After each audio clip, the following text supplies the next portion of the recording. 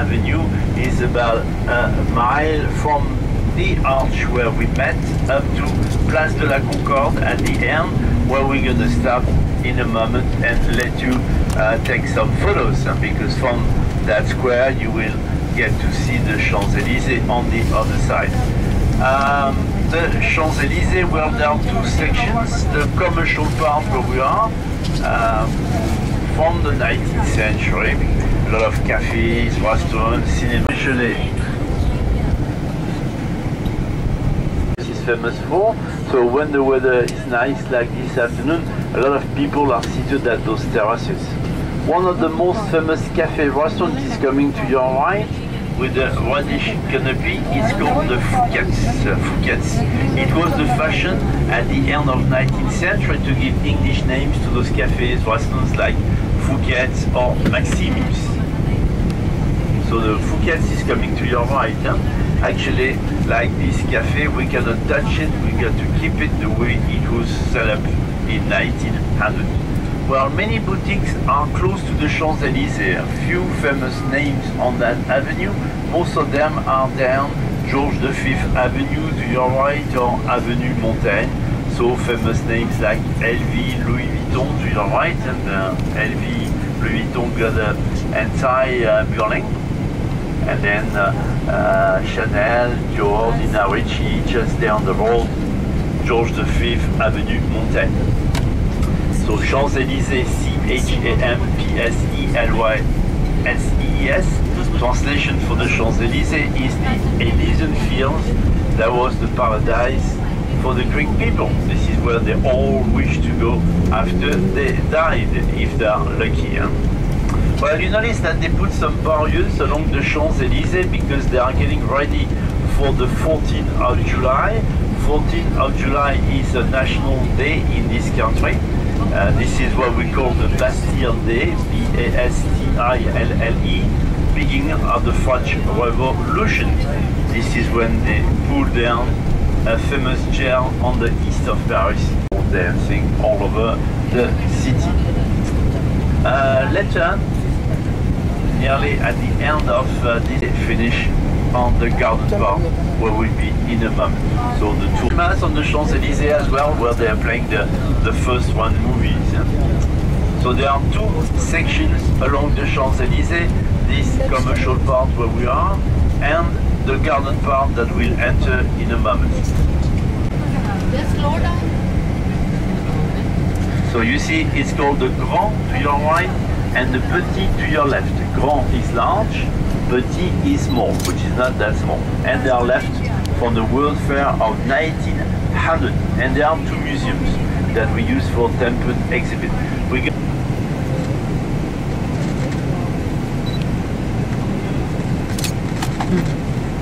So of course they got the best seats, huh, because with those tributes they are facing the Champs-Élysées where we were. So as I said, the army show, army parade is coming down the Champs-Élysées with the jet planes, etc. Now from this side you see very well Place de la Concorde, as I said, with no traffic on the Sunday, and it's quite impressive. It's from the 18th century, the time of a king called Louis XV. During the French Revolution, this was called the Bloody Square or the Revolution Square, because this is where stood two guillotines and over 1,000 people got killed on this square. Among the people killed on Place de la Concorde, the King and Queen of France for the 60s, his wife Marie Antoinette. After the French Revolution, it was sort of agreement and understanding with all the French people again. So that's why they named this square Place de la Concorde. Concorde. It was understanding, concord between all the French people after those bloody years of the Revolution. In the middle of the square, you will notice a large piece of stone on your left, behind the tribunes. It's from Egypt and it's 3,300 years old. It was a present made by Egypt to France in the 19th century. We stop on your right, and so you can be on the pavement to take some photos.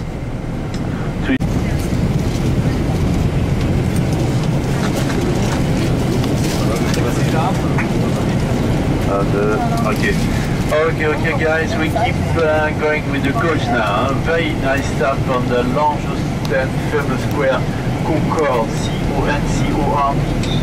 Then you notice a large park extending to the courtyard of the Louvre that we show you later.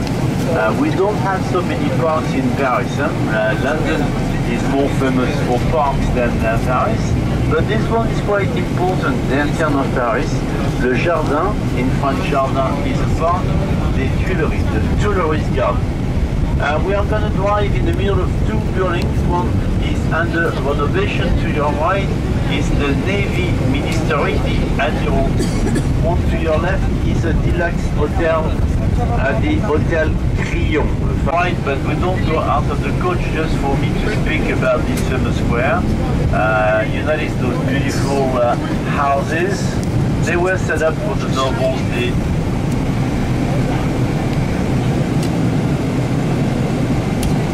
So this is Place Vendôme, V-E-N-D-O-M-E. Notice all those beautiful houses around. They were set up for the nobles, the aristocrats on the 17th century, 1660. If you look carefully at the decoration of the balconies, you notice a golden sun, the emblem of the king at that time. The Hotel Ritz. The Hotel Ritz was bought by the father of Dodi, Mohammed Al Fayed. So that's why Diana and Dodi Al Fayed had the last dinner in this hotel before the accident along the river. So the Hotel Ritz is on your left. So the Hotel Ritz is to your left. Yeah? They don't spend the night in the Hotel Ritz because the father had bought a new residence on the limit of Paris. That's why they were heading there and the accident took place on the way out of Paris. This column on your left, green column, is from the time of Napoleon Bonaparte, was built after the victory of Austerlitz, like the arch that we saw. This time it's made with bronze and with all the cannons that he picked up in his victories around Europe.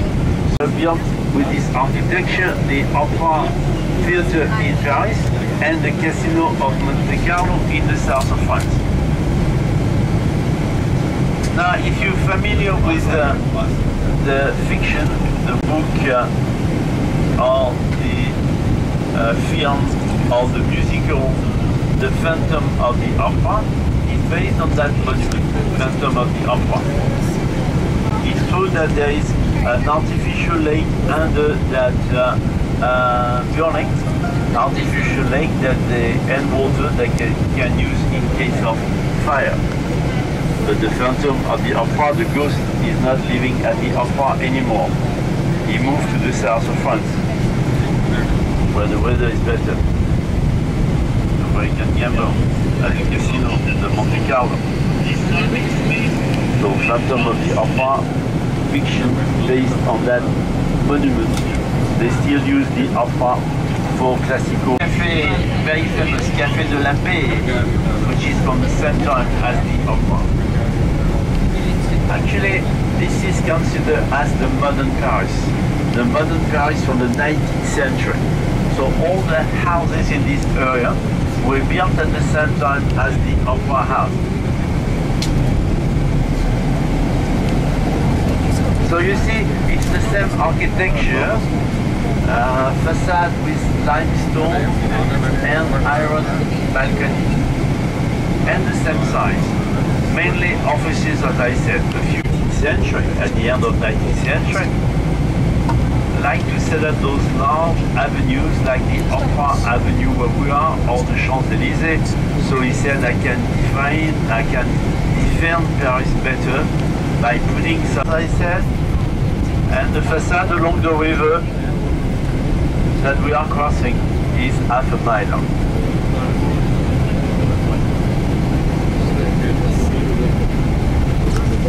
So we are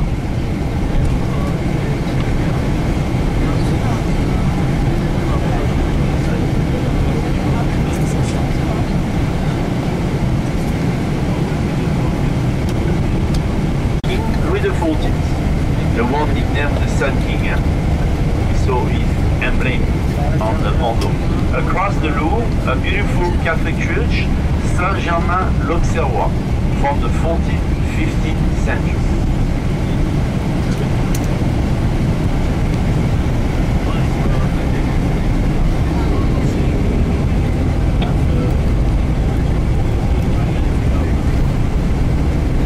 We are coming to the city island to your right, because we got the river, and in the middle of the river we got two islands connected together.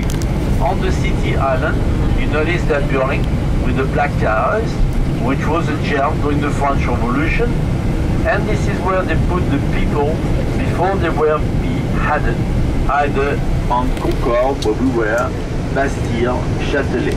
So over 2,000 people went through that jail during the French Revolution.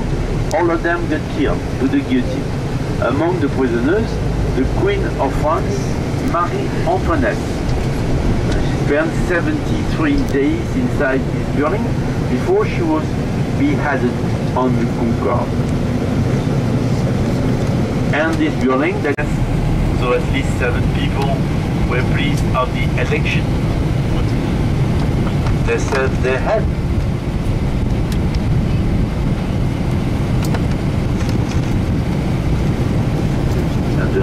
C'est bon. Okay, we crossed the river for the first time. We crossed the city island, so we crossed the river, and the second time to reach the bank, right? The surgery, jail, and the museum. To your right, a flower market, and on a Sunday to the bird market. So they sell small birds.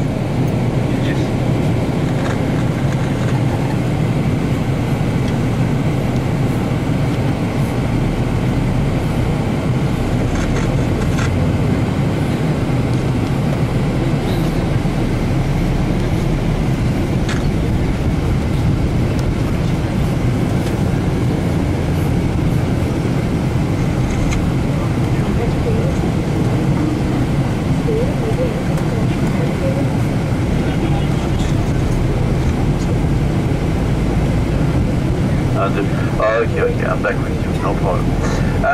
To your left, look carefully because we cannot stop in the middle of the thanks to this district with a lot of small streets, a lot of Manet, Renoir, Toulouse, Bangkok, etc.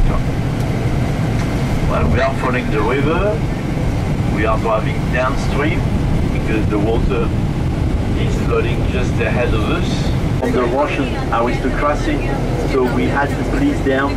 So that's why we named this bridge so Alexander III, the name of the Tsar of Russia. And past the bridge, the two buildings that we saw, the Grand Petit Palais, the museum. They restored the statues on that bridge with the gold leaf technique, as well as the dome of Les Invalides where we are driving and where we do the last stop in a couple of minutes. Another good example with this large wide avenue lined up with 2 gardens and beautiful homes. Another expensive section of the city to live in. End of this perspective avenue, 2 buildings connected together with the same name, Les Invalides, I-N-V-A-L-I-D-S, or E-S in French. And same meaning in French and English, because this was a hospital built for invalids, veteran soldiers of this country. And we are speaking of the mid of 17th century. Again, that famous king Louis XIV, nicknamed the Sun King. Function of that hospital, at least they had a place to go home and some people to look after them. So Les Invalides,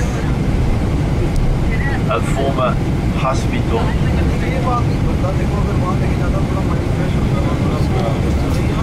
That former hospital is nowadays an army, a military museum, and is dedicated to Napoleon Bonaparte, the First, the Second World War.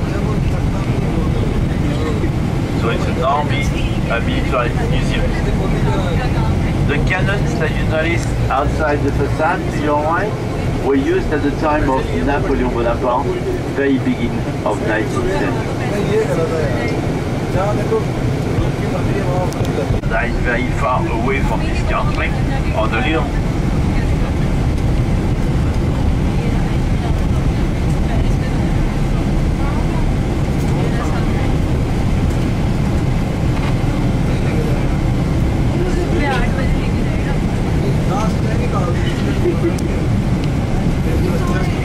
So I finished speaking.